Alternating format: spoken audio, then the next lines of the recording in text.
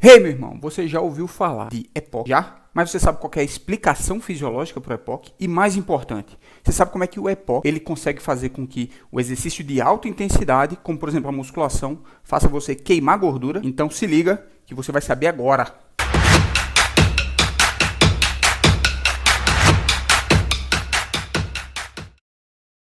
Fala meu povo, tudo em riba com vocês? Professor Lucas aqui. E hoje a aula é sobre exercícios de alta intensidade e metabolismo de gordura. Saca só, que coisa interessante. A gente sabe que exercícios de alta intensidade, eles dependem muito do metabolismo anaeróbio, como por exemplo o exercício de HIIT training e a própria musculação, certo? Durante o exercício a gente usa muito o metabolismo glicolítico e o alático, né? Como a gente já comentou em vídeos anteriores. Mas, por outro lado, o metabolismo de gordura, ele é dependente do metabolismo oxidativo, o metabolismo aeróbio. Então eu só consigo queimar os ácidos graxos que vêm das gorduras pelo metabolismo aeróbio. Então como é que o exercício de alta intensidade consegue fazer isso daqui, né? A resposta ela tá por trás dessa palavrinha aqui, do EPOC, que é um fenômeno fisiológico muito interessante que a gente vai explicar hoje.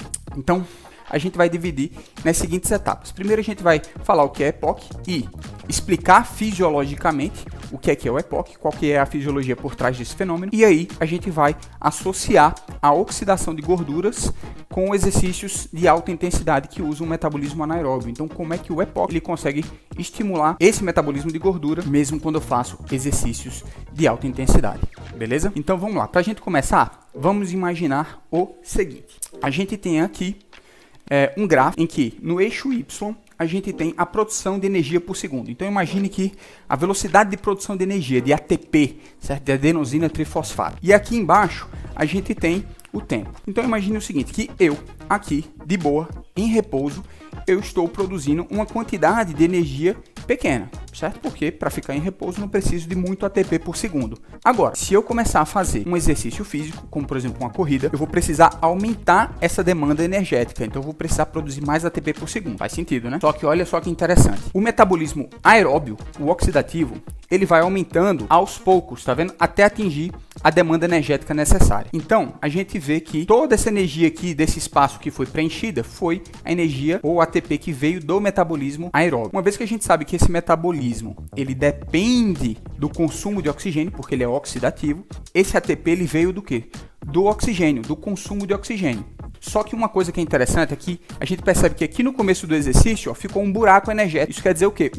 Aqui faltou oxigênio aqui, ó, para preencher essa lacuna. Tá vendo? Por quê? Porque o oxigênio ele demora para ser captado, transportado e utilizado. Quando eu saio do repouso para o exercício, leva um tempo para eu aumentar esse consumo de oxigênio lá nas minhas células musculares, certo? Então por isso que ele tem essa cinética aqui, esse comportamento em que ele vai aumentando aos poucos. Mas aí a pergunta é, se faltou esse oxigênio aqui no começo, quem foi que supriu esse buraco?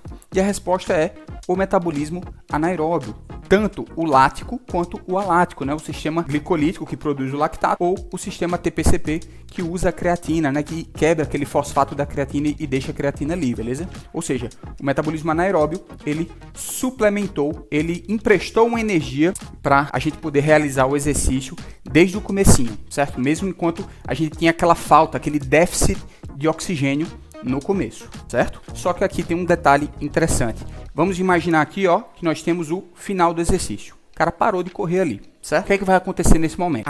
A quantidade de energia que ele precisava vai cair também, certo? Vai voltar para os níveis de repouso, porque eu parei de correr, então não preciso mais dessa mesma quantidade de energia. Só que o metabolismo aeróbio, ele não cai de uma vez só. Ele cai, ó, lentamente. Em alguns casos, como eu vou comentar com vocês vão ver que ele nem retorna completamente ao nível de repouso, ó. Ele fica um pouquinho a mais aqui, ó, acima dos níveis de repouso. Na prática, isso quer dizer o quê? Que eu estou consumindo mais oxigênio do que eu precisaria no meu repouso. É um consumo de oxigênio a mais, excessivo ali, certo? Isso daqui é o que nós chamamos de EPOC, que do inglês quer dizer Excess Post-Exercise Oxygen Consumption, que quer dizer consumo de oxigênio em excesso pós-exercício. Então isso basicamente está me dizendo o meu metabolismo oxidativo, ele fica mais acelerado no pós-exercício. E a pergunta é, ô brother, mas por que ele fica mais acelerado depois do exercício? Bom, brother, ele fica mais acelerado no pós-exercício por alguns motivos. Primeiro, a gente tem essa fase aqui que a gente chama de fase de pagamento de dívida. Por que pagamento de dívida? Porque, saca só, a gente não produziu lactato aqui e a gente não perdeu o fosfato da creatina? Muito bem, nesses primeiros minutos aqui no pós-exercício físico, a gente vai produzir energia, a gente vai utilizar oxigênio para pagar essa dívida. Fazendo como? Restaurando a creatina fosfato. Então eu vou gastar energia para colocar o fosfato nela de volta e também para metabolizar o lactato, para eliminar esse lactato. Ele pode ser eliminado de duas formas. Lá no fígado, sendo produzindo uma nova glicose, que é aquele processo de gliconeogênese, ou em outras fibras musculares mais oxidativas, né, que eles vão utilizar o lactato para produzir energia nas mitocôndrias, certo? O coração, inclusive, que é uma fibra muito oxidativa, usa muito lactato como fonte de energia, beleza? Além disso, a gente também vai utilizar esse consumo de oxigênio em excesso para regular o aumento de temperatura. A gente teve um aumento de temperatura durante o exercício físico e aos poucos a gente vai regulando essa temperatura, a gente vai baixando. Enquanto a temperatura do nosso corpo está alta, a gente continua com o metabolismo mais acelerado, certo? Tanto é que você pode perceber, você faz um treino de musculação, vai para casa, toma banho, você sai do banho e você começa a suar, porque o teu corpo ainda está aquecido por conta do exercício, o teu metabolismo ainda está um pouco acelerado, certo? Outra coisa também que explica esse metabolismo acelerado é o aumento de catecolaminas, como adrenalina e noradrenalina. Elas fazem também o teu metabolismo ficar um pouco mais aceleradinho no pós-exercício físico. Mas aí é que entra um grande lance também, saca só. Durante essa fase daqui, ó, em que o metabolismo fica um pouco mais acelerado, isso aqui a gente chama de fase de regeneração tecidual. Essa fase daqui, alguns artigos já demonstraram que ela acontece porque o corpo está se regenerando dos danos causados pelo exercício. Claro, são danos pequenos, como microlesões celulares, né, nos músculos, que fazem parte do processo de adaptação e de regeneração. Mas essa regeneração tecidual, ela demanda energia. Eu preciso produzir a energia, ATP. E quem produz esse ATP vai ser o metabolismo oxidativo durante o repouso, certo? Então a gente tem aqui uma regeneração tecidual, na qual, como eu estou utilizando metabolismo oxidativo, isso permite que o meu corpo utilize o quê? A oxidação de gorduras como fonte de energia. Ou seja, durante todo esse epoque aqui, não quer dizer que eu vá utilizar exclusivamente gordura, mas quer dizer que eu posso utilizar gordura, eu posso oxidar gordura, mas por um estímulo de um exercício que utilizou o metabolismo anaeróbio, beleza? Agora vem uma parte chave dessa aula. Olha só que interessante. Existe uma relação entre o EPOC e a intensidade do exercício. Saca só.